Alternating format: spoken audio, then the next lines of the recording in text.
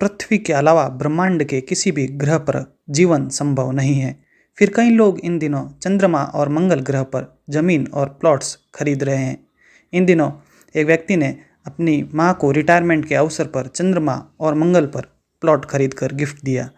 क्या ये कानूनी रूप से सही है? बिना देखे परखे ऑनलाइन चंद्रमा पर प्लॉट की खरीदारी कैसे हो रही है? क्या किसी ग्रह या उपग्रह पर किसी एक देश का अधिकार हो सकता है? कौन सी ऐसी कंपनियां हैं जो ये ज़मीनें बेचने का कार्य कर रही है? चंद्रमा पर एक प्लॉट कितने रुपए में मिल रहा है? इन सभी प्रश्नों के जवाब देने की कोशिश इस वीडियो में की जाएगी। ऐसी कई ऑनलाइन वेबसाइट्स हैं जो चंद्रमा और मंगल ग्रह पर प्लॉट बेचने का दावा कर रही है। इन वेबसाइट्स पर जाते ही आपको पूछा जाता है कि ज़मीन आपको कहाँ चाहिए, चंद्रमा या मंगल ग्रह पर। एक विकल्प चुनने पर आपसे पसंदीदा क्षेत्र या कॉलोनी चुनने का ऑप्शन मांगा जाता है। इसके बाद पेमेंट करने के बाद आपको PDF फाइल में रजिस्ट्री भी भेजी जाती है।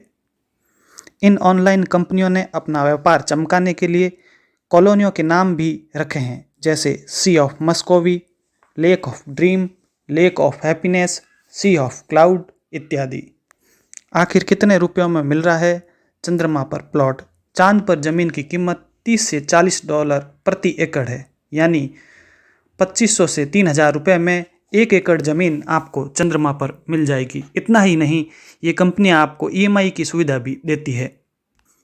जिस तरह से हमारे देश में ज़मीन संबंधी मामलों को देखने के लिए डेवलपमेंट अथॉरिटीज़ होती है, इन्होंने भी अपने ग्राहकों को लुभाने के लिए अंतर्राष्ट्रीय चंद्रमा भूमि प्राधिकरण बना रखा है। अब पते की बात करते हैं। क्या ये कानूनी रूप से सही है? 1967 में लागू हुई आउटर स्पेस ट्रीटी के अनुसार चंद्रमा, मंगल या अन्य किसी ग्रह या अंतरिक्ष पर किसी एक देश का अधिकार नहीं हो सकता। अर्थात कोई एक देश इन पर अधिकार का दावा नहीं कर सकता। ये इसलिए किया गया ताकि सभी देश शोध कार्यों हेतु इन ग्रहों का उपयोग कर सके। ये कंपनियां इस संधि की इसी बात का फ़ायदा उठाती हैं कि इस संधि में कोई देश तो चांद या मंगल पर अधिकार नहीं कर सकता, परंतु इस संधि के अंदर नागरिकों या कंपनियों को रोकने का कोई उल्लेख नहीं है। अर्थात नागरिक या कंपनियां चाहे तो इन ग्रहों या उपग्रहों पर ज़मीन खरीद सकती है। अतः ये कंपनियां धड़ल्ले से ज़मीनें बेच रही है। ज़रूरत इस बात की है कि कानून में संशोधन कर इन कंपनियों के इन अवैध कृत्यों पर लगाम लगाई जाए।